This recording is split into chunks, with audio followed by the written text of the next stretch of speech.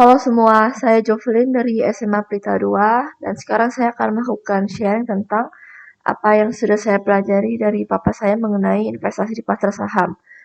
Jadi sebelum mulai, saya mau mengingatkan bahwasannya di sini saya tidak bermaksud untuk menggurui siapapun karena saya sendiri juga masih pemula dan di sini saya hanya sebatas melakukan sharing dan eh, memaparkan apa yang sudah saya temukan dari perusahaan Temposcan ini. Jadi sebelum memulai sharing, saya ingin uh, menyampaikan sebuah mindset yang penting sebelum berinvestasi di pasar saham, yaitu ketika kita sudah membeli sebuah saham, kita itu artinya adalah bukti kepemilikan kita terhadap suatu perusahaan. Jadi bukan seperti tiket lotre yang kita asal beli dan hoki-hokian siapa yang akan memenangkan uangnya gitu. Tapi karena kita beli sebuah perusahaan, itu artinya kita harus tahu perusahaan apa yang kita beli. Nah, di sini ada 4 poin yang akan disampaikan. 4 poin penting ini sangat penting untuk uh, menilai sebuah perusahaan ya, apakah perusahaan itu bagus dan cocok untuk diinvestasikan atau tidak. Jadi poin yang pertama itu ada background dari owner. Nah, setidaknya ketika kita membeli sebuah perusahaan kita harus tahu siapa ownernya itu dan kira-kira dia becus atau enggak dalam menjalankan perusahaannya. Terus juga penting untuk kita tahu orang itu jujur atau malah orang yang suka korupsi gitu. Karena kita kan uh, orang yang menjalankan perusahaan ini kan partner kita sebagai sesama pemilik perusahaan. Jadi kita harus tahu kira-kira partner kita ini tuh orangnya seperti apa. Dan yang kedua itu kira-kira produk apa yang dijual sama perusahaan tersebut, apakah perusahaannya laku, terus merek-merek apa-apa aja itu juga kita perlu tahu. Terus financial ya kurang lebih mengenai neraca dan laporan laba rugi perusahaan tersebut, dan yang terakhir baru valuasi. Yang valuasi ini tuh adalah hal yang terakhir untuk diketahui karena 3 poin di atas ini tuh jauh lebih penting dibandingkan dengan valuasi ini ya. Percuma kalau misalnya kita tahu perusahaan ini tuh murah, tapi kalau misalnya 3 poin di atas ini tuh semuanya uh, gak bagus gitu ya, sama aja kita ngebeli perusahaan yang murah tapi jelek gitu, sama aja kayak berjudi jadinya. Nah, jadi tanpa berlama-lama lagi di sini akan langsung dibahas mulai dari poin yang pertama yaitu background dari owner. Nah, pemilik dari Temposcan Group ini tuh adalah milik keluarga Ibu Kartini Mulyadi melalui PT Boga Mulia Nagadi. Nah, di sini mula-mula Ibu Kartini Mulyadi ini adalah seorang hakim dan suaminya itu yang bekerja sebagai notaris itu yang mencari uang untuk memenuhi pengeluaran sehari-hari ya. Nah, jadi di sini Ibu Kartini itu bekerja sebagai hakim untuk mendedikasikan dirinya kepada negara. Nah, tapi setelah suami dari Ibu Kartini Mulyadi itu meninggal, Ibu Kartini Mulyadi uh, memutuskan untuk mundur dari profesinya sebagai hakim itu. Karena menurut Ibu Kartini, gaji hakim itu tidak cukup untuk menghidupi keluarganya. Sehingga daripada melakukan korupsi, Ibu Kartini Mulyadi lebih baik mencari nafkah yang cukup sebagai notaris secara terhormat. Nah, dari kutipan ini kita bisa menilai bahwasannya Ibu Kartini itu adalah orang yang jujur ya, karena di sini dia tidak mau korupsi. Jadi dalam menjalankan bisnisnya juga uh, dia tidak akan korupsi. Nah, di sini selanjutnya ada Pak Handojo Slamet Mulyadi sebagai beneficiary owner dari perusahaan Temposcan. Nah, Pak Handojo ini tuh adalah Presiden Komisaris dari Temposcan sejak tahun 2020 sampai sekarang. Sebelum menjabat sebagai Komisaris Perseroan, uh, Pak Handojo Pak Handojo ini menjabat sebagai Presiden Direktur dari tahun 95 sampai 2020. Nah, ada sebuah hal yang menarik pada masa kepemimpinan Pak Handojo sebagai Presiden Direktur, yaitu pada tahun 1998 kita semua tahu Indonesia dilanda krisis moneter ya, yang dari tahun 1996 itu 1 USD itu hanya sekitar 2.000 rupiah, dan pada tahun 1998 puncaknya 1 US dollar itu senilai 15.400. Nah, di saat-saat seperti ini, di saat dolar-dolar lagi naik, tentu saja perusahaan yang punya utang dalam bentuk dolar itu kesulitan untuk membayarkan utangnya. Malah ada juga yang memanfaatkan situasi ini tuh untuk tidak membayar utangnya. Nah, tapi di sini Temposcan ini malah membayar hutangnya lebih cepat, yang mana saat itu utangnya juga dalam bentuk dolar ya. Jadi saat tinggi-tingginya itu, saat kurs lagi tinggi-tingginya, Temposcan malah melunasi utang-utangnya. Nah, di sini kita bisa menilai bahwasannya Pak Handojo ini sangat berdedikasi terhadap bisnisnya ya. Padahal saat itu uh, Pak Handojo sebagai presiden direktur dari Temposcan bisa memilih jalan untuk mencairkan dolar yang dia punya, karena saat itu dolar yang dia punya itu sekitar 105 juta US dollar, dan kalau misalnya dicairkan dia juga bisa dapat kurs di 15.400. Dan saat itu juga sebenarnya deposito bank itu sedang lagi tinggi-tingginya, yaitu pada tingkat 70%. Kalau misalnya Pak Handojo memilih untuk mencairkan seluruh US dollar yang dia punya dan memasukkannya ke obligasi yang saat itu masukkan ke deposito ya, yang saat itu bunganya berada di tingkat 70%, dia udah tidak perlu membuka perusahaan Temposcan lagi. Tapi di sini dia memilih untuk melunasi utangnya, yang berarti dia memang benar-benar mau berbisnis di sini. Nah, di sini juga kita bisa menilai Pak Handojo ini sangat bertanggung jawab terhadap para stakeholder ya, yaitu pada orang-orang yang memiliki kepentingan terhadap perusahaan seperti konsumen, karyawan, dan pemerintah. Nah, di sini juga karena Temposcan membayar utang-utangnya itu sebelum jatuh temponya, di sini Temposcan itu disebut sebagai perusahaan Indonesia yang menghormati kewajiban internasional oleh Asian Wall Street Journal. Nah, jadi kita bisa simpulkan untuk background dari owner Temposcan ini bagus ya, karena dia sangat peduli terhadap semua orang yang memiliki kepentingan pada perusahaan tersebut. Nah, selanjutnya untuk perusahaan Temposcan sendiri bergerak di bidang farmasi, produk konsumen, dan produk kosmetik. Nah, untuk target marketnya itu adalah kelas menengah ke bawah, dikarenakan harga yang dikenalkan lebih kompetitif atau lebih murah dibandingkan dengan produk merek luar seperti Unilever, P&G, Johnson & Johnson. Nah, di sini saya tampilkan juga tabel dari populasi Indonesia ya. Nah, di sini kita bisa lihat karena target market dari Temposcan itu adalah menengah ke bawah, jadi kita bisa lihat di sini Temposcan memiliki pasar yang luas untuk dijangkau. Nah, selanjutnya untuk brand dari Temposcan. Nah, di sini ada 4 kategori penjualan Temposcan ya, yaitu yang pertama ada healthcare, ada consumer, kosmetik, dan prescription. Nah, untuk healthcare di sini ada terbagi lagi menjadi 5, yaitu yang pertama ada analgesik, batuk dan flu, general pain relief, dan laxative product atau obat pencernaan. Nah, obat-obat seperti ini tuh yang bisa kita temukan di apotek. Dengan merek-merek seperti Bodrex, Oskadon, Neuromycin, Bodrexin, Contrax, Oskadril, Neudolax, Sudrex, dan Alersil. Nah, di antara ini semua, Sudrex itu adalah produk obat-obatan yang berada di pasar Nigeria ya. Jadi produk Sudrex ini tuh yang dia pasarkan di Nigeria.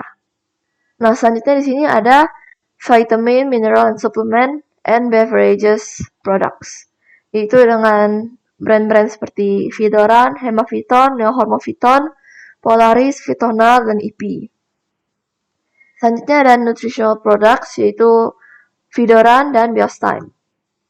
Yang selanjutnya ada herbal products, yaitu Neuromycin, Wibert, dan Bodrexin.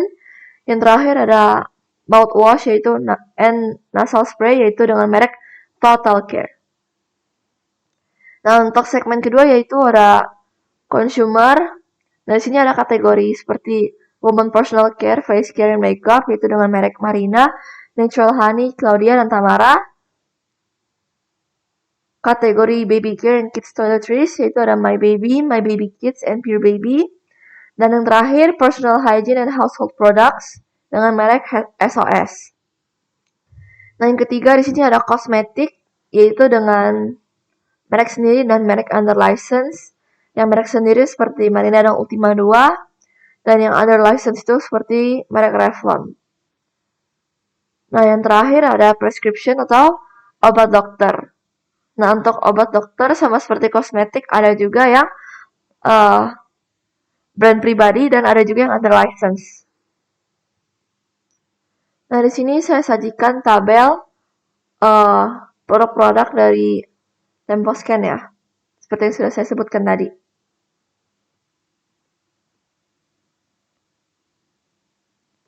Nah, di sini poin selanjutnya ada Temposcan ini sangat aktif dan tepat sasaran dalam mengenalkan merek mereka. Saya melihat cara mereka melakukan kegiatan perlombaan dengan membawa merek Marina di sekolah-sekolah SMA yang mana merupakan sekolah untuk anak kelas menengah ke bawah.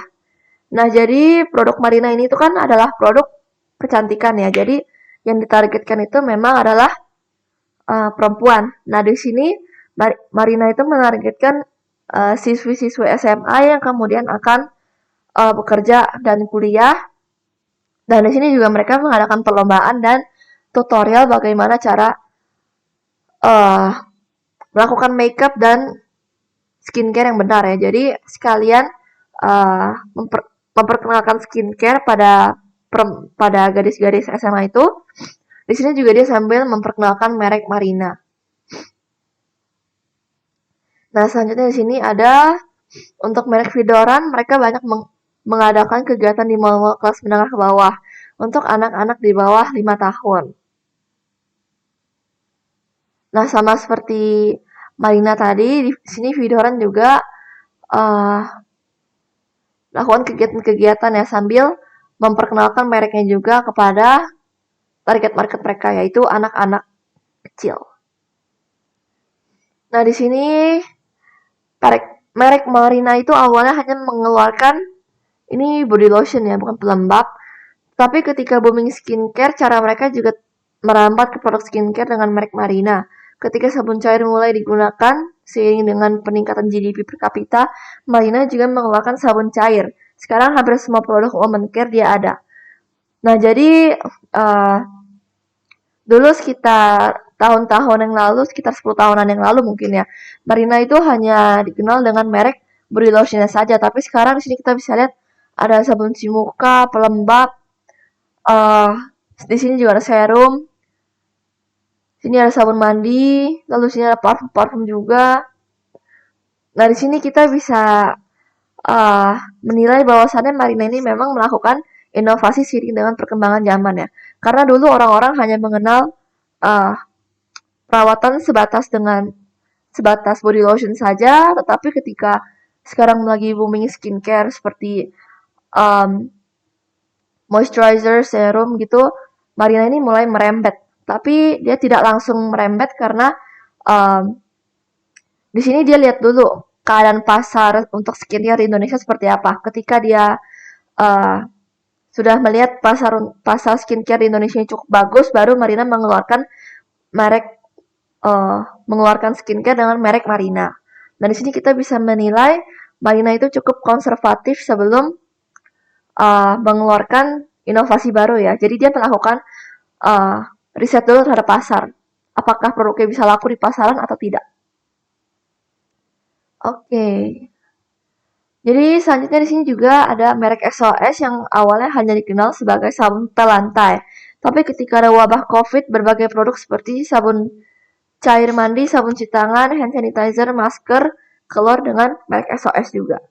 Nah, di sini kita bisa lihat SOS yang mula-mulanya kita hanya kenal sebagai merek sabun lantai ya. Di sini kita ada juga inovasi produk baru seperti alat semprot ruangan yang untuk membersihkan udara di ruangan itu. Dan di sini juga ada sabun cuci tangan, hand sanitizer, dan masker. Nah, selanjutnya di sini juga ada merek susu Vidoran yang dulunya hanya menjual susu formula. Sekarang sudah keluar vitamin dalam bentuk sirup dan permen untuk anak-anak. Nah, di sini hal yang menarik adalah karena seperti yang sudah saya sampaikan tadi, di sini Marina uh, punya banyak produk ya untuk satu merek ini, dan SOS juga sama, dan untuk Vidoron juga mulai mengeluarkan vitamin untuk anak-anak. Nah, di sini kita bisa menilai bahwasannya uh, Temposcan ini efektif dalam menggunakan merek-merek yang telah ada. Jadi dia menggunakan merek yang telah ada untuk um, menciptakan produk baru. Jadi di sini untuk biaya pemasaran di TV juga uh, untuk per mereknya jadi lebih, untuk memperkenalkan produk-produk mereka itu jadi lebih murah ya jatuhnya untuk biaya promosinya, karena uh, misalnya kita mau mempromosikan merek Marina ini, Marina Body Lotion. Nah, ketika kita mendengar merek Marina di TV itu, nanti ketika kita jalan-jalan kita melihat ada serum Marina di sini. Nah, kita kan udah sering dengar nama Marina di TV, jadi kita otomatis udah kenal dong sama Marina itu. Jadi otomatis untuk serum Marina juga bisa terbantu promosi ketika Temposcan hanya mempromosikan uh, merek Marina Body Lotion. Jadi merek yang Marina Serum ini juga ikut terangkat gitu. Nah, sama halnya dengan yang SOS ini. Yang SOS ini dan yang merek Vidoran. Ketika kita sudah dengar nama Vidoran di TV gitu, nah nanti ketika kita melihat ada vitamin untuk anak-anak di merek Vidoran, ya kita jadi tahu merek Vidoran ini memang aman karena sudah sering kita dengar juga kan di TV nama Vidoran ini. Jadi tentu saja untuk yang pengkonsumsi susu Vidoran ini juga akan memilih vitamin Vidoran karena memang mereka udah konsumsi Vidoran dan Vidoran itu memang terbukti aman. Mereka nggak perlu cek-cek mana vitamin yang aman untuk anak-anak mereka. Nah, di sini uh, jadi seperti jadi seperti mengiklankan masker SOS di TV, maka sabun cair mandi, sabun cuci piring, sabun pel, hand sanitizer, dan lain-lain dengan merek SOS juga terdongkrak penjualannya. Ini seperti yang saya sampaikan tadi ya. Nah, di sini tidak seperti produk kompetitor Unilever. Ketika mengeluarkan sabun pel dengan merek Wipol, sabun cuci piring dengan merek Sunlight, sabun mandi dengan merek Lifebuoy. Kenapa kita bisa menilai Temposcan lebih efektif dalam memperkenalkan, uh, dalam mempromosi? Karena uh, dalam satu merek ini dia terkandung banyak produk. Tidak seperti Unilever di sini kan untuk sabun pel lantai. Di sini dengan merek Wipol. Terus sabun cair mandi dengan merek Lifebuoy. Jadi Unilever ini harus mempromosikan dua merek sekaligus untuk dua produk yang berbeda. Sementara untuk Temposcan ini kita lihat di sini ada sabun cuci lantai dan sabun mandi dengan merek yang sama SOS. Jadi ketika Temposcan hanya mempromosikan sabun pel lantai SOS, jadi merek sabun mandi ini juga ikut terdongkrak. Beda halnya dengan Unilever kalau misalnya dia mempromosikan Wipol misalnya. Nah, di sini sabun cairnya kan mereknya lain, jadi sabun cairnya itu tidak ikut terdongkrak. Nah, di sini mereka harus keluar uang lebih banyak untuk menguatkan 3 merek untuk 3 jenis barang yang berbeda. Sedangkan Temposcan cukup menguatkan satu merek bisa berlaku untuk 3 jenis barang yang berbeda. Nah, mungkin untuk yang kualitatif cukup sampai di sini saja. Selanjutnya akan dilanjutkan dengan analisa kuantitatif ya, secara annual dan per kuartal. Nah, selanjutnya di sini ada data-data finansial dari perusahaan Temposcan ya. Nah, data-data ini semua itu bisa kita dapatkan dari laporan keuangan. Nah, laporan keuangan bisa kita dapat dari IDX. Nah, di sini kita tinggal download saja bagian periode mana yang mau kita lihat, dan di sini kita tinggal download aja dan di copy-copy ke Excel. Nah, manfaatnya kita copy-copy ke Excel ini adalah agar kita bisa membandingkan ya dari tahun ke tahun, dan kita juga bisa cek kira-kira pertumbuhannya seperti apa dari tahun ke tahunnya. Nah, di sini untuk bagian yang pertama itu ada revenue. Revenue ini tuh adalah sangat penting bagi sebuah perusahaan ya, karena uh, revenue perusahaan itu harus terus naik untuk mencapai sebuah efisiensi.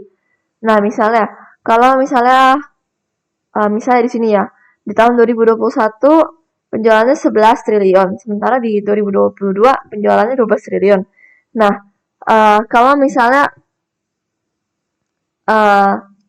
misalnya gaji karyawan untuk biaya karyawan untuk satu produk itu misalnya 5.000 untuk yang uh, 11 triliun ini ya. Nah, kalau misalnya penjualannya naik jadi 12 triliun, biaya karyawan untuk satu produk itu bisa menurun. Misalnya dari yang awalnya 5.000 jadi cuma 3.000 atau 2.000 doang gitu. Jadi uh, perusahaan bisa melakukan efisiensi jika revenue-nya itu terus tumbuh. Nah, sama halnya dengan biaya depresiasi mesin ya. Kalau misalnya penjualan produknya itu lebih sedikit, produksinya lebih sedikit dan penjualannya lebih sedikit dibandingkan uh, penjualan itu sedikit, jadi otomatis kan biaya depresiasinya untuk tiap produknya itu kan mahal. Sementara kalau misalnya penjualannya lebih banyak, jadi biaya depresiasi mesin itu per produknya jadi jatuhnya lebih kecil. Nah, di sini secara khusus kita tarik dari tahun 2010 sampai dengan 2022 ya, biar kita tahu kira-kira trennya itu seperti apa. Nah, di sini uh, untuk perusahaan Tempos kan kita bisa, bukan perusahaan Tempos aja sih, biasanya untuk revenue saya suka membandingkannya dengan pertumbuhan GDP Indonesia ya. Dan di sini kita bisa buka di tradingeconomics.com di bagian countries ya. Dan di sini kita cari Indonesia dan GDP full year GDP growth. Nah, di sini kita bisa lihat pertumbuhan GDP Indonesia rata-rata di 5%-an ya. Nah, salah. Nah, di sini kita lihat kalau Temposcan itu dari tahun 2010 ya. Di sini ada 12%, 14%, tapi ada juga yang 3%, ada yang 9%, 8%, 11%, tapi ada juga yang di bawah pertumbuhan GDP kayak tahun 2017 di 4%-an, dan di 2021 juga di 2%-an, dan di 2020 malah di sini mengalami penurunan. Nah, tapi pertumbuhan-pertumbuhan ini bisa kita nilai setidaknya lebih kebanyakan itu di atas pertumbuhan GDP Indonesia ya, karena ini kan 5%-an semua kurang lebih. Terus di sini ada yang 2 kali lipat dari GDP kayak yang ini 2 kali lipat, ini juga yang 2 kali lipat, nah ini juga yang 2 kali lipat. Nah, meskipun ada beberapa yang di bawah pertumbuhan GDP, tapi setidaknya secara CAGR atau rata-rata pertumbuhan dari Temposcan per tahunnya itu rata-ratanya di atas GDP setidaknya. Nah, di sini untuk gross profit seperti biasa saja kita copy-copy dari laporan keuangan. Dan di sini ada gross profit margin, net operating profit margin, dan net profit margin. Nah, di sini kita lihat untuk gross profit margin ya. Di sini dia kurang lebih berada di angka 38%-an. Nah, ada juga yang 35%-an seperti di tahun 2020. Di sini juga ada yang 35%. 35% tahun 2021. Dan di sini yang di 2020 ya. 2020 gross profit marginnya itu turun jadi 33,98%. Nah, kenapa di tahun 2022 itu bisa seperti ini? Karena di sini kan mula-mula kita lihat dulu ya, tahun 2017 sampai 2019 ini gross profit marginnya itu berada di angka 38%-an.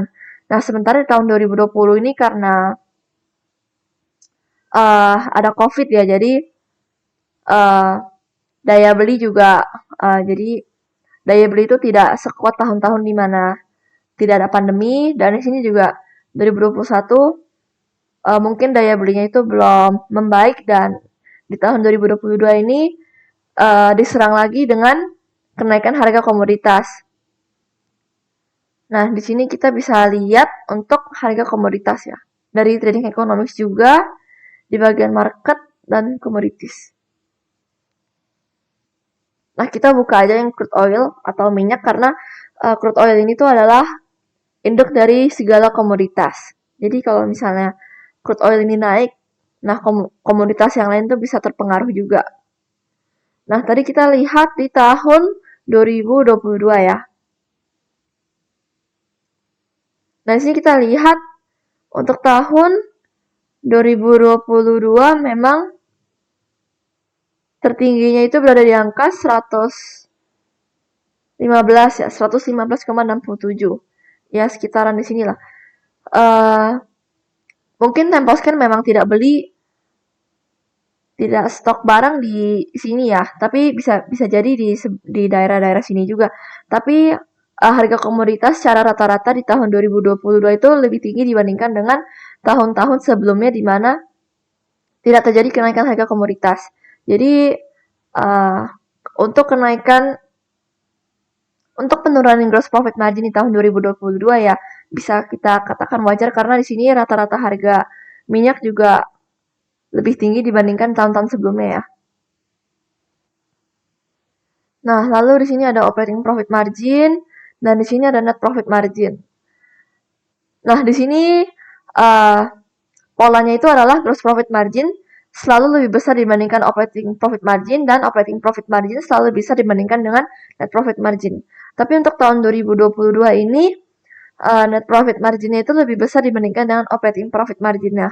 Nah, ini berarti menandakan ada on time revenue ya. Untuk yang on time revenue ini akan dibahas lebih lanjut di bagian perkuartalan nanti. Nah, selanjutnya di sini ada total asset, total liabilities, equities. Nah, lalu di sini ada ROE, ROA, book value, EPS, dan dividen ya. Nah, di sini untuk ROE ini tuh adalah bagian yang penting untuk dilihat oleh kita sebagai investor ya, karena ROE ini tuh adalah berapa return yang atau net profit yang bisa dihasilkan oleh sebuah perusahaan dari ekuitas yang dia miliki. Nah, di sini kita bisa lihat untuk returnnya cukup lumayan tinggi bisa dikatakan. Nah, untuk ROE ini biasanya kita bandingkan dengan government bond atau obligasi pemerintah. Nah, kita membandingkan untuk ROE ini dibandingkan dengan government bond. Kenapa? Karena seperti yang kita tahu saham itu kan adalah instrumen investasi yang high risk high return ya. Sementara untuk bond ini tuh risknya lebih rendah dan income-nya juga returnnya juga lebih rendah ya. Jadi kita bisa bandingkan dengan yang government bond ini karena secara untuk risk dia jauh lebih rendah. Nah, di sini kita lihat untuk tahun 2022 misalnya ROE-nya 13,88%. Nah, di sini untuk government bond puncak tertingginya itu adalah di tahun 2022 ya. Puncak tertingginya itu ada di angka 7,5%. Nah, sementara untuk Temposcan ini 13,88%. Jadi, untuk returnnya dia lebih besar dibandingkan dengan government bond ya. Jadi, bisa dibilang perusahaan ini tuh layak untuk diinvestasikan dengan risk yang lebih tinggi ya. Nah, selanjutnya di sini ada ROA. ROA itu adalah return on asset. Kalau tadi ini return on equity, yang ini return on asset. Nah, bedanya dengan ROA ini tuh adalah di ROA ini tuh karena dia return on asset, jadi di dalam aset ini tuh terkandung liabilitas, bukan hanya ekuitas saja ya. Nah, selanjutnya di sini ada book value per lembar saham, X per lembar saham, dan earning per share ya. Jadi ya income per lembar sahamnya berapa, lalu di sini ada dividen per lembar saham. Nah, selanjutnya di sini ada DER. DER itu adalah rasio hutang. Nah, untuk rasio hutang biasanya kita lihat aja di bawah 1 seharusnya ya. Nah, selanjutnya di sini ada cash, trade receivables atau piutang, lalu inventories. Terus di sini ada juga fixed asset, other asset, current asset atau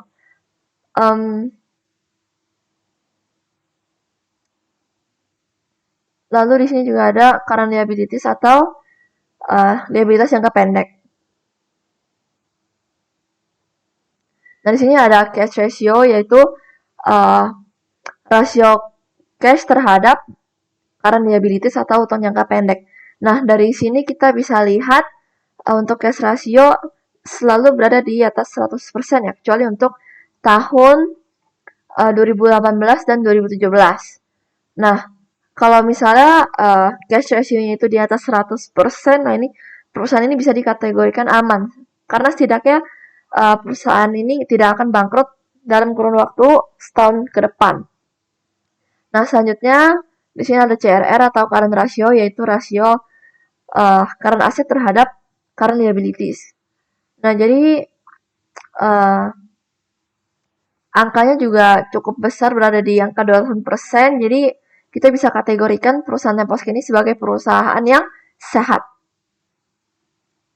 Nah, selanjutnya di sini ada working capital, fixed asset, dan other asset.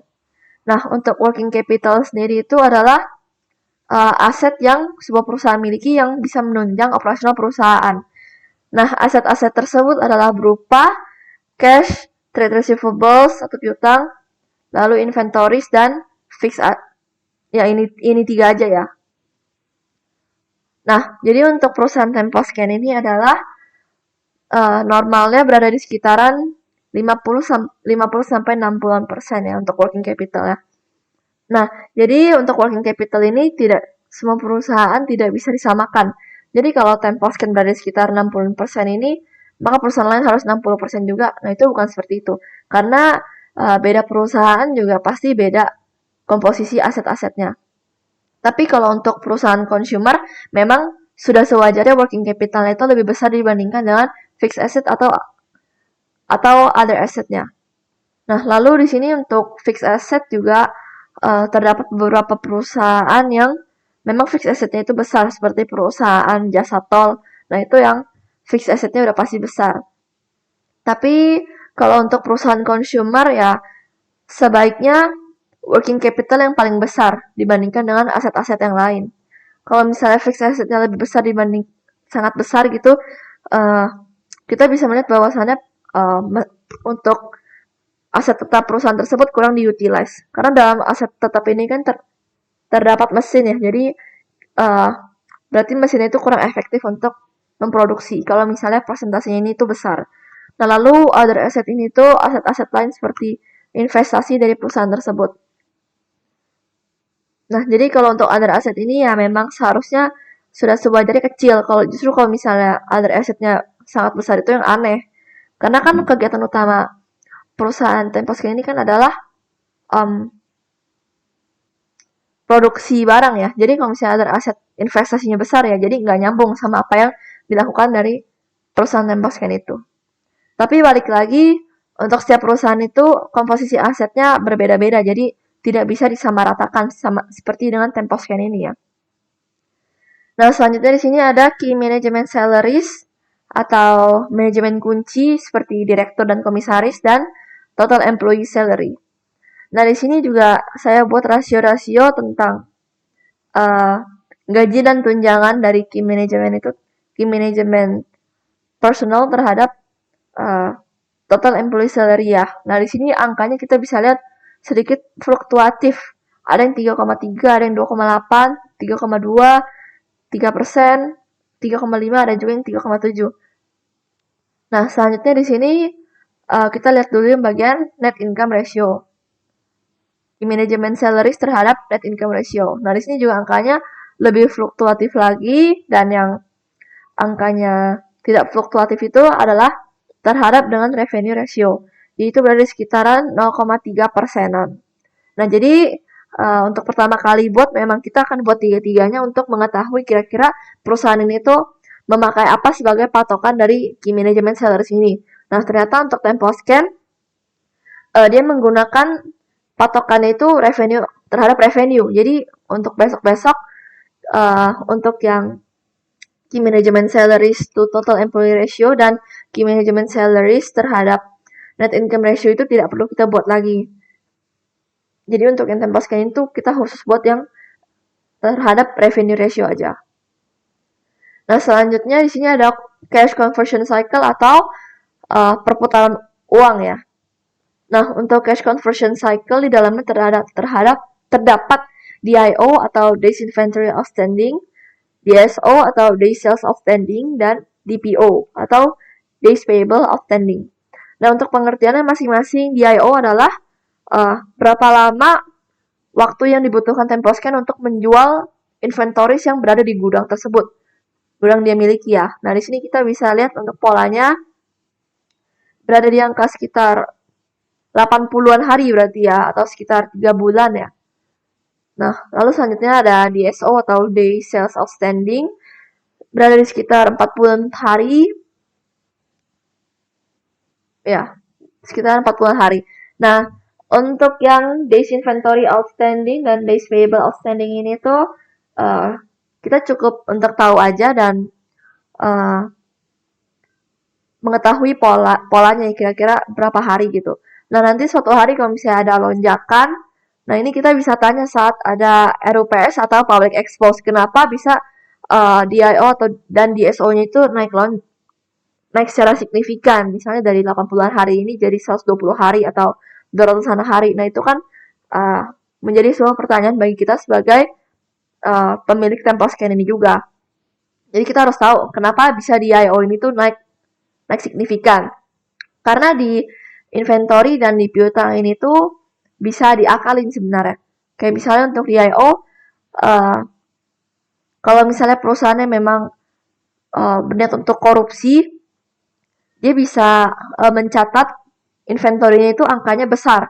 Nah, nanti pada suatu periode tertentu, dia tinggal bilang aja kalau misalnya inventory ini itu udah rusak atau expired atau udah nggak bisa dipakai lagi gitu. Jadi akhirnya duitnya keluar dari perusahaan tersebut.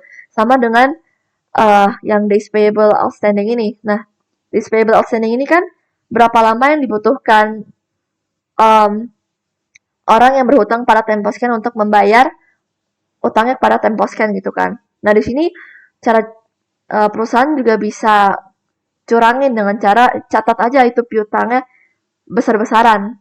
Nah, nanti pada suatu saat kita tinggal bilang aja bahwa pihak tersebut tidak bisa membayarkan utangnya terhadap perusahaan tersebut. Nah, jadi angka ini cukup untuk kita tahu ya polanya.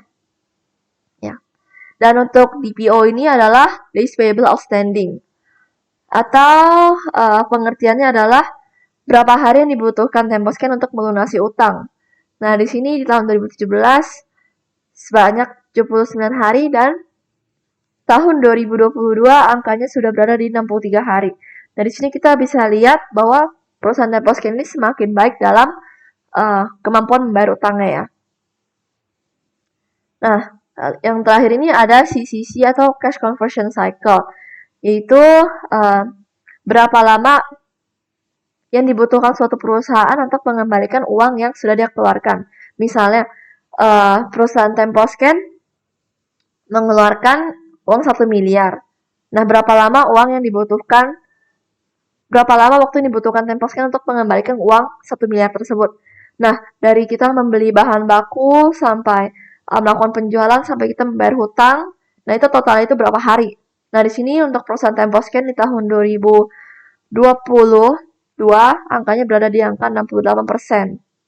Berarti sebagai contoh, Temposcan mengeluarkan 1 miliar pada tanggal sekian-sekian dan 68 hari setelahnya itu Temposcan bisa mengembalikan uang 1 miliar yang sudah dia keluarkan sebelumnya. Oke, selanjutnya akan dibahas finansial secara per kuartal ya. Selanjutnya di sini saya sediakan juga data keuangan perusahaan Temposcan secara per kuartal. Nah, manfaatnya kita membuat laporan per kuartal ini adalah agar kita bisa lihat lebih detail lagi kira-kira kinerja Temposcan ini secara mendetail lebih kayak gimana. Nah, di sini juga kita bisa lihat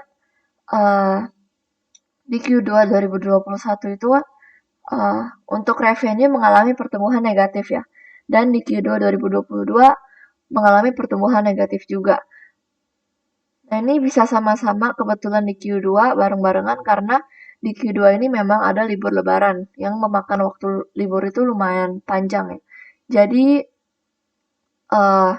operasional perusahaan juga tidak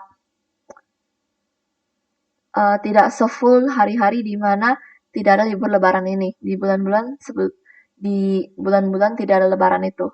Nah, tapi di sini di Q2 2023-nya itu sudah tidak merah, tapi pertumbuhannya memang tetap kecil ya, hanya 0,6% doang. Nah, tapi di sini setidaknya lebih baik lagi dibandingkan dengan tahun 2022 ya, dan 2021 juga, karena yang biasanya memerah di sini sudah tidak merah lagi. Jadi kita bisa membuat kesimpulan pertumbuhan Temposcan ini memang semakin baik setiap tahunnya. Nah, di sini selanjutnya ada gross profit, selling expenses, dan administrative expenses. Nah, di sini kita bisa lihat lagi lebih jeli lagi untuk operating profit-nya ya. Di sini operating profit-nya ada 42 miliar saja, sementara di sini net profit-nya di Q4 2022 ada 461 miliar. Nah, di sini kita juga bisa lihat untuk operating profit margin-nya di sini hanya 1,33%, sementara untuk net profit margin-nya ada 14,57%. Nah, di sini kita bisa lihat karena net profit-nya lebih besar daripada operating profit, maka hanya ada satu kemungkinan, yaitu ada one time revenue. Nah, di sini kita juga bisa lihat untuk operating profit margin itu sendiri, kenapa dia bisa menurun sampai sesignifikan itu. Nah, di sini kita bisa lihat dari selling expenses yang biasanya hanya 500 sampai 700 miliaran, di sini ada penambahan sebesar 200 miliar di Q4 2022. Jadi ini menyebabkan operating profit-nya itu kecil. Nah, di sini untuk mengecek net profit-nya mengapa bisa lebih besar dibandingkan dengan operating profit, kita bisa cek di laporan keuangan ya, dari idx.co.id. Nah, ini kita bisa lihat untuk laporan full year-nya ada laba atas penjualan investasi. Nah, di sini untuk mengetahui apakah benar-benar terjadi di Q4 atau tidak, kita bisa cek juga untuk yang Q3 2022-nya. Nah, di sini tidak ada laba atas penjualan investasi ya. Jadi ini yang menyebabkan adanya lonjakan net profit yang lebih besar dibandingkan dengan operating profit-nya. Sama halnya dengan yang Q1 2023. Di sini untuk net profit-nya lebih besar dibandingkan dengan net operating profit ya. Nah, sini kita bisa lihat juga untuk Q1 2023 ada laba atas penjualan investasi juga. Nah, selanjutnya di bawah sini seperti biasa ada total aset, total liabilities, ini bisa kita copy-copy saja. Rasio sama seperti cara annual, dan di bawah sini secara khusus ada gross profit dari per segmennya ya. Dan di sini juga ada sales untuk per segmennya. Nah, di sini kita bisa lihat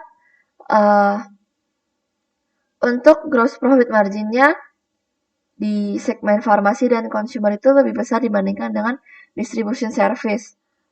Nah, distribution service ini tuh adalah distribusi barang-barang under license yang sudah saya sebutkan di bagian kualitatif sebelumnya.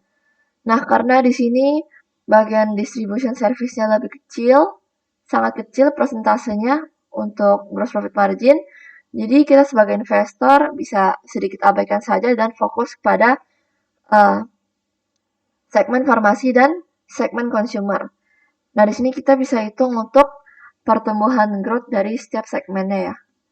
Kita ambil dari Q3 2023 dan 2022. Nah, untuk segmen farmasi pertumbuhannya sekitar 12%. Dan ini untuk consumer product. Pertumbuhan sebesar 10%, dan yang terakhir untuk distribution service nah,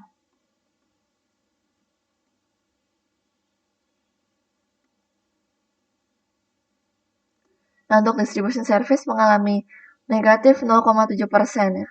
Nah, seperti yang sudah saya bilang, meskipun ini turun, karena gross profit marginnya ini memang kecil, jadi kita bisa sedikit abaikan. Yang lebih penting itu adalah bagian farmasi dan consumer product.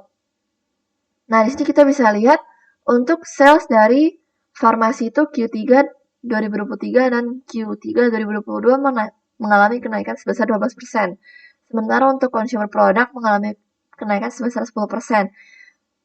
Nah, tapi di samping kenaikan sales itu, di sini juga kita bisa lihat gross profit margin dari farmasi dan consumer itu juga meningkat ya. Dari Q3 2022 untuk segmen farmasi 40,24% dan di sini untuk Q3 2023 sudah 49,5%. Yang berarti selain kenaikan dari sales ini, segmen farmasi juga mengalami kenaikan dari margin. Hal yang sama juga terjadi pada consumer product ini. Dari 53,45% menjadi 57,91%. Nah, di sini artinya karena sales dan gross profit margin itu sama-sama bertumbuh, kita bisa membuat kesimpulan bahwasannya meskipun harga barang yang dijual dari Temposcan ini mengalami peningkatan, tapi salesnya juga mengalami peningkatan. Nah, jadi perusahaan Temposcan ini berarti semakin bagus ya, karena meskipun harganya naik, tapi penjualannya juga tetap naik gitu. Nah, di sini ada ROIC juga yang membahas lebih lanjut tentang invested capital. Nah, di sini juga ada changes of AP, yaitu administration, advertising dan promotion ya. Nah, karena di sini tadi mengalami lonjakan sebesar 200 miliar ya. Di sini juga saya buat perbandingan dari 2021 dan 2022. Nah, di sini ada kenaikan sebesar 500 miliar ya untuk advertising dan promotion. Nah, untuk di tahun 2022 ini memang di Q4-nya ada launching merek Biostime, susu Biostime seperti yang sudah saya sebutkan di analisa annual yang kemarin. Nah, lalu di sini ada ROIC. ROIC itu adalah return on invested capital. Nah, untuk invested capital itu adalah short term debt ditambah dengan long term debt ditambah dengan total equity. Nah, di sini kita bisa dapat untuk tahun 2022 sekitar 6,77%. Memang lebih rendah dibandingkan dengan tahun sebelum-sebelumnya ya. Tapi di sini 6,77% kita bisa maklumi karena di sini mengalami kenaikan di changes of AP-nya. Nah, selanjutnya di sini saya ada sediakan juga perbandingan dengan Unilever, Sido Muncul, dan KW Pharma. Nah, di sini yang mau dibahas adalah AP to revenue ratio, yaitu advertising promotion ya. Nah, di sini kita bisa lihat untuk Temposcan persentasenya berada di sekitar belasan persen. Sementara untuk Unilever ada di angka 10% atau 9%-an, sudah muncul di 10%-an juga, dan kalau Pharma 7%-an. Nah, di sini untuk advertising and promotion Temposcan memang persentasenya lebih besar dibandingkan dengan perusahaan-perusahaan yang menjual barang-barang kebutuhan sehari-hari juga ya. Nah, di sini persentase dari advertising and promotion yang besar ini menurut pandangan saya adalah karena perusahaan Temposcan ini masih optimis untuk bisa meraih pasar yang lebih luas lagi, sehingga produk-produk Temposcan bisa dikenalkan di masyarakat lebih besar lagi di masa mendatang. Nah, sementara untuk Unilever sudah muncul dan KW Pharma yang memang namanya sudah memiliki nama yang besar ya. Jadi di sini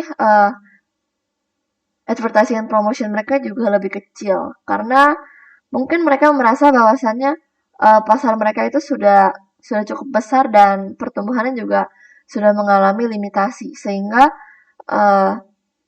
untuk advertising and promotion mereka tidak perlu promosi secara besar-besaran lagi. Sementara Temposcan masih memiliki, mereka yakin mereka masih memiliki pasar yang luas untuk dijangkau sehingga mereka berani mengalokasikan uangnya untuk advertising and promotion ini. Nah, di sini selanjutnya ada perbandingan secara per kuartal. Untuk Temposcan, KB Pharma, dan Unilever ya. Nah, di sini untuk Q2 ya seperti yang sudah saya sampaikan karena ada libur lebaran jadi bisa dimaklumi jika mengalami penurunan. Nah, di sini juga saya sediakan perbandingan growth dari revenue dari Q3 2023 dengan Q3 2022. Yang mana di sini Temposcan mengalami pertumbuhan sebesar 4,17%, KB Pharma 1,02%, dan Unilever sebesar 1,37%. Nah, dari pertumbuhan ini kita bisa lihat bahwasannya perusahaan Temposcan ini memang masih mengalami pertumbuhan dibandingkan dengan KB Pharma yang pertumbuhannya bisa dibilang mulai stagnan ya, apalagi Unilever. Nah, di sini juga dari persentase ini kita bisa menguatkan pernyataan saya yang menyatakan bahwasannya Temposcan masih optimis memiliki pasar yang cukup luas untuk bisa dijangkau. Oke. Selanjutnya di sini ada advertising and promotion. Nah, di sini untuk catatan kita aja kira-kira seberapa besar advertising and promotion-nya. Lalu di sini juga ada raw materials inventories to revenue ratio. Nah, di sini yang ingin disampaikan adalah kalau misalnya raw materials inventories itu mengalami peningkatan besar, maka revenue-nya juga harus mengalami peningkatan juga. Karena penumpukan raw materials ini seharusnya bisa mengiringi juga pertumbuhan revenue ya. Jadi kalau misalnya raw materials terus menumpuk, sementara revenue-nya bertumbuh biasa-biasa saja, itu lumayan kurang bagus ya. Nah, di sini persentasenya kita bisa lihat kira-kira Temposcan ini berada di kisaran berapa.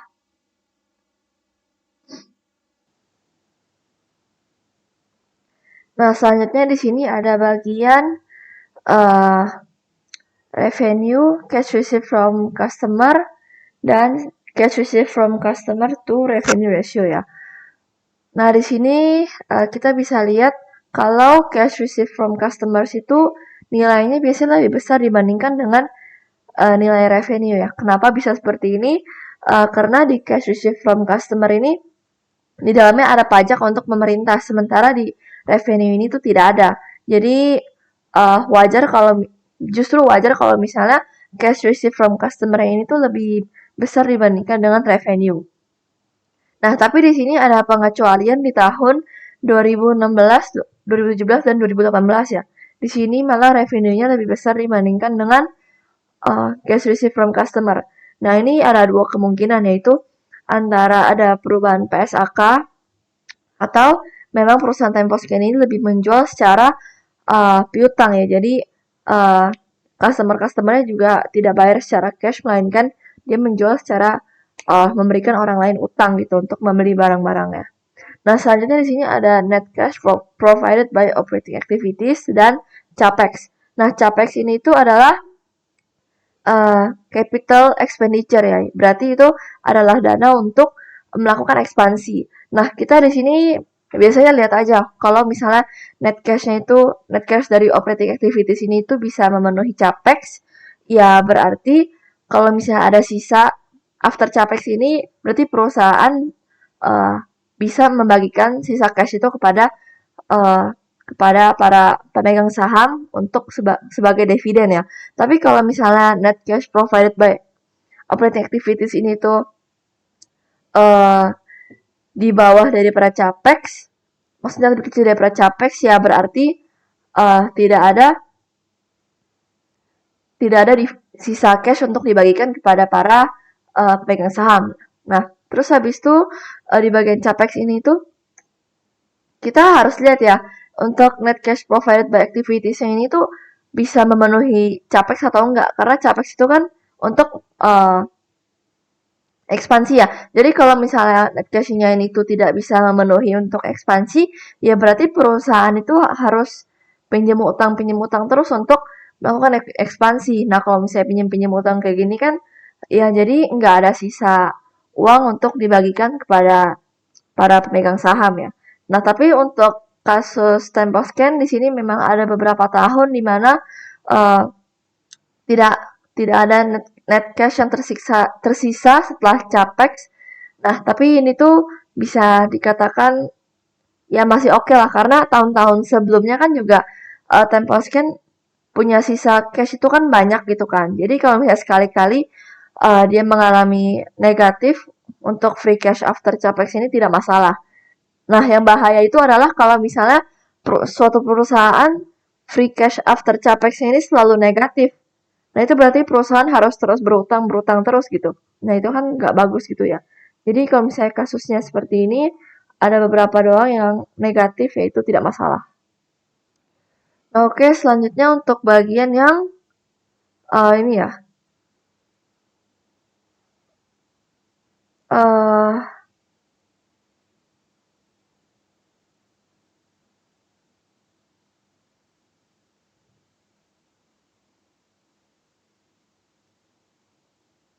nah, bagian untuk ratios. Nah, di sini kita untuk sekedar tahu aja sih sebenarnya. Nah, di sini paling kira-kira kita lihat berapa biasa persentasenya, apakah persentasenya wajar dan kurang lebih sama dari tahun-tahun sebelumnya atau tidak gitu. Nah, di sini gunanya kita mencari rasio-rasio ini adalah suatu saat kalau misalnya terjadi sebuah lonjakan gitu atau terjadi misalnya persentasenya beda jauh gitu dibandingkan dari yang biasanya. Nah, itu paling nanti kita lihat aja kita masih bisa toleransi akan perubahan yang terjadi atau tidak. Nah, terus biasanya juga kita bisa cek-cek dari laporan keuangannya kenapa hal ini bisa terjadi. Nah, itu bisa kita toleransi atau tidak. Nah, terus ada saatnya juga kalau misalnya kita memang tidak bisa uh, paling kalau misalnya kita tidak bisa toleransi akan perubahan tersebut ya kita paling jual saham ya, paling jual sahamnya aja gitu kalau misalnya kita memang benar-benar tidak bisa menoleransi perubahan yang terjadi itu. Nah, bisa juga kalau misalnya kita mau nanya ke direktur saat RUPS atau public expose itu juga bisa. Nah, jadi ini sebagai catatan aja. Jadi sewaktu-waktu kalau misalnya ada perubahan, ya kita bisa tanyakan kepada pihak yang bersangkutan. Ya, segitu saja sih untuk bagian yang rasio-rasio ini. Nah, selanjutnya di sini kita mau hitung valuasi.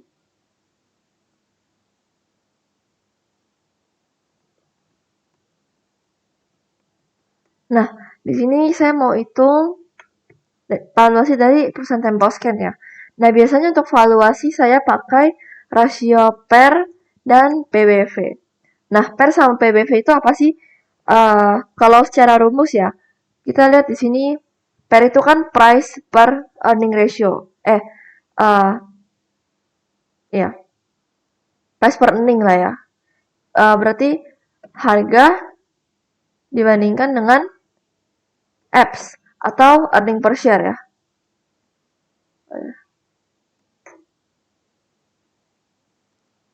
Nah, kalau PBV itu baru price per book value. Nah, sekarang kita mulai cari yang per dulu berarti ya. Sini kita lihat per itu kan price per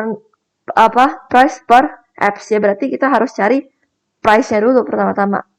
Nah, untuk cari price-nya itu uh, kita bisa buka dari Yahoo Finance.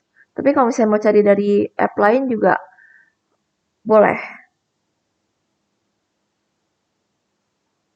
Nah, di sini kita cari tspc.jk. Nah, 1780 ya. Kita copy aja di sini. Nah, terus selanjutnya di sini kita kan mau cari earning per share ya. Berarti kita harus cari dulu total share-nya berapa. Nah, untuk mencari total share-nya ini kita bisa lihat dari laporan keuangan ya. Dari yang Q3. Kita buka yang paling baru aja. Nah, ini tinggal open. Nah, untuk mencari total shares-nya itu kita bisa buka di bagian ekuitas di modal ditempatkan dan disetor. Ini kita tinggal copy.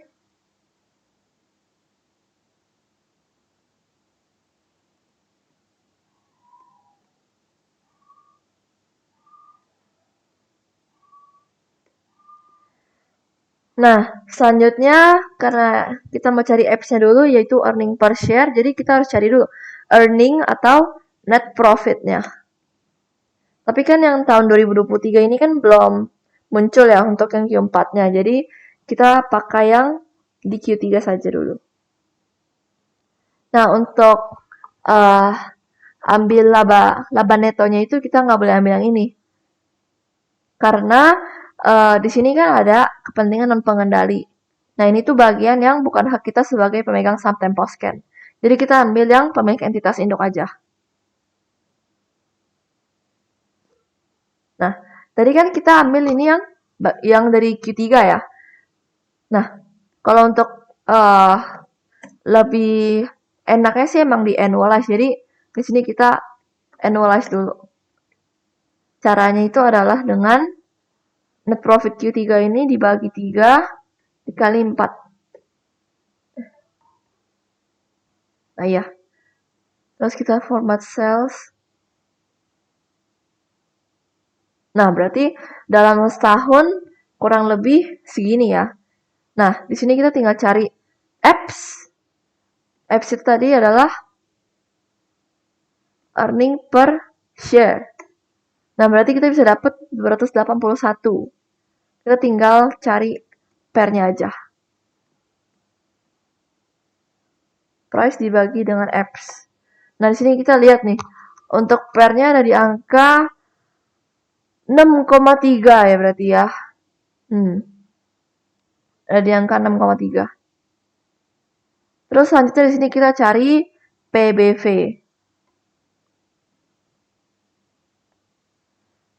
Price-nya tadi kan kita udah tahu, jadi ini kita tinggal copy aja.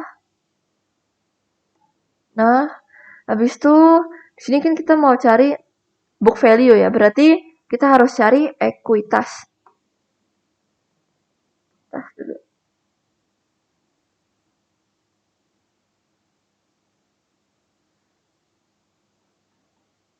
Nah, untuk ekuitas sama kayak tadi kita nggak boleh ambil yang total ekuitas. Karena di sini ada kepentingan non pengendali ya. Jadi kita ambil yang subtotal aja.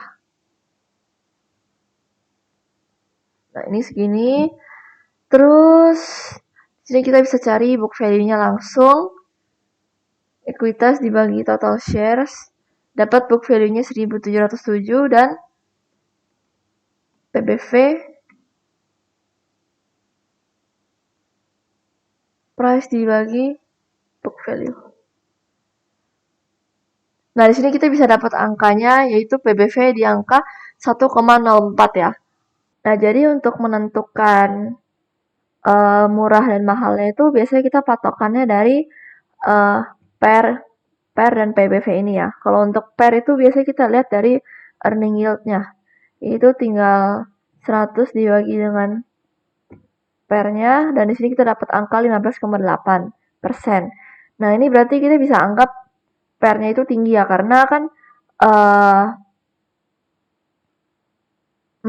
namanya itu bond government bond aja kan 6% gitu kan persentasenya nah returnnya. Nah, sementara di Temposcan ini dengan per 6 kali kita bisa mendapatkan earning yield sebesar 15,8%. Ya berarti 2 kali lipat di atas dari bond yield ya. Nah, sementara untuk angka 6,32 ini tuh menyatakan kalau misalnya kita beli perusahaan Temposcan sekarang gitu, kita bisa balik modal dalam kurun waktu 6,32 tahun.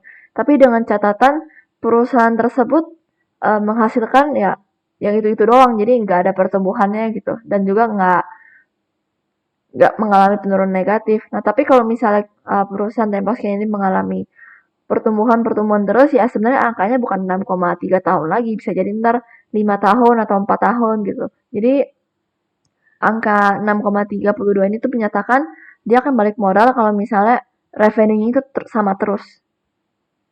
atau net profitnya sama terus. Nah, itu kita bisa perkirakan 6,3. Tapi kan perusahaan Tempos kan pertumbuhannya naik terus seperti yang kita lihat.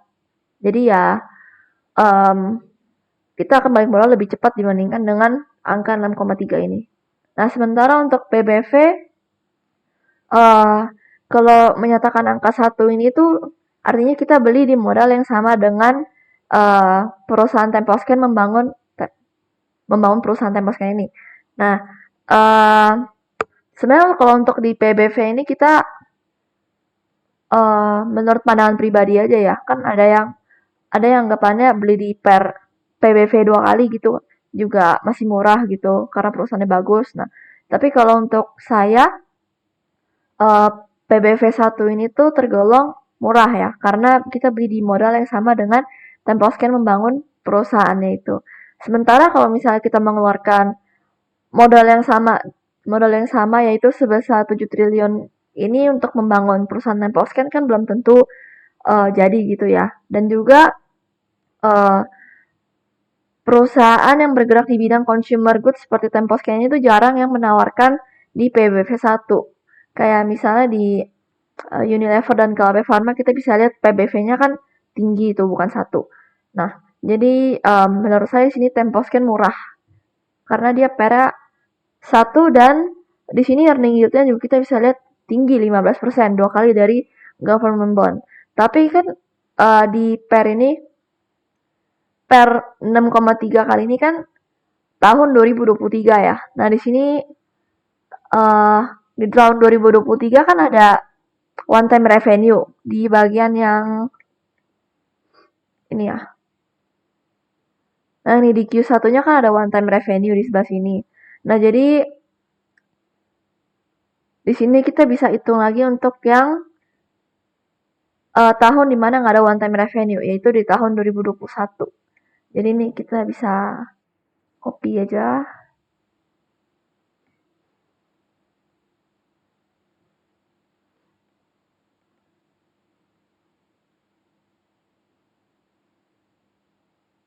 Nah, kita pakai harga yang sama aja ya di sini.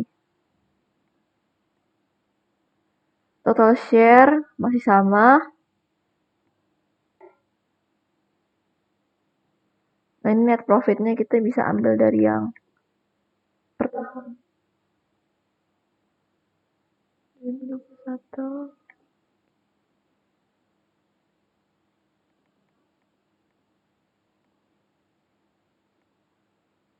Nah, ini dia.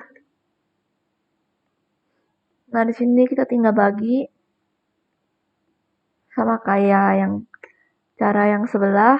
Di sini dapat X-nya 181 dan per-nya itu ada di angka 9,7 kali ya. Nah, sementara kalau untuk earning yield-nya itu sendiri dengan per 9,7 ini kita bisa dapat earning yield sebesar 10,2%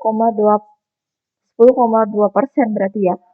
Memang lebih rendah dibandingkan dengan yang tahun 2023 karena uh, di sini ada one time revenue dan di sini nggak ada one time revenue ya. Dan juga di sini kan tahun 2021 itu tahun-tahun dimana masih ada COVID, sementara tahun 2023 itu belum udah tidak ada COVID kan. Jadi sebenarnya earning yield-nya itu lebih tinggi dibandingkan dengan angka 10 ini untuk sekarang ini tanpa menghitung uh, one time revenue dari sini tentunya ya. Nah, lalu juga meskipun di sini earning yield-nya hanya 10,2% di tahun 2021 ya, itu pun masih di atas dari obligasi yang mana di tahun 2021 itu masih ada COVID-19. Nah, kita nanti bisa prediksi nih dari angka ini nanti kita tahun 2023 dapat berapa? Karena di sini kita bisa lihat kan. Bahkan tahun 2024 juga pun bisa kita prediksi. Nah, kita lihat di sini kan tahun 2021 ke 2022 pertumbuhannya kan 9,08% ya. Jadi uh, kalau misalnya nanti ini naik lagi ke 2023 jadi 9,08%, terus 2024 9% lagi. Nah, itu nanti kita bisa prediksikan kira-kira PR-nya ke depannya menjadi berapa. Nah, jadi kita bisa membuat kesimpulan bahwasannya perusahaan Temposcan ini memang selain earning-nya tinggi, harganya pun murah. Nah,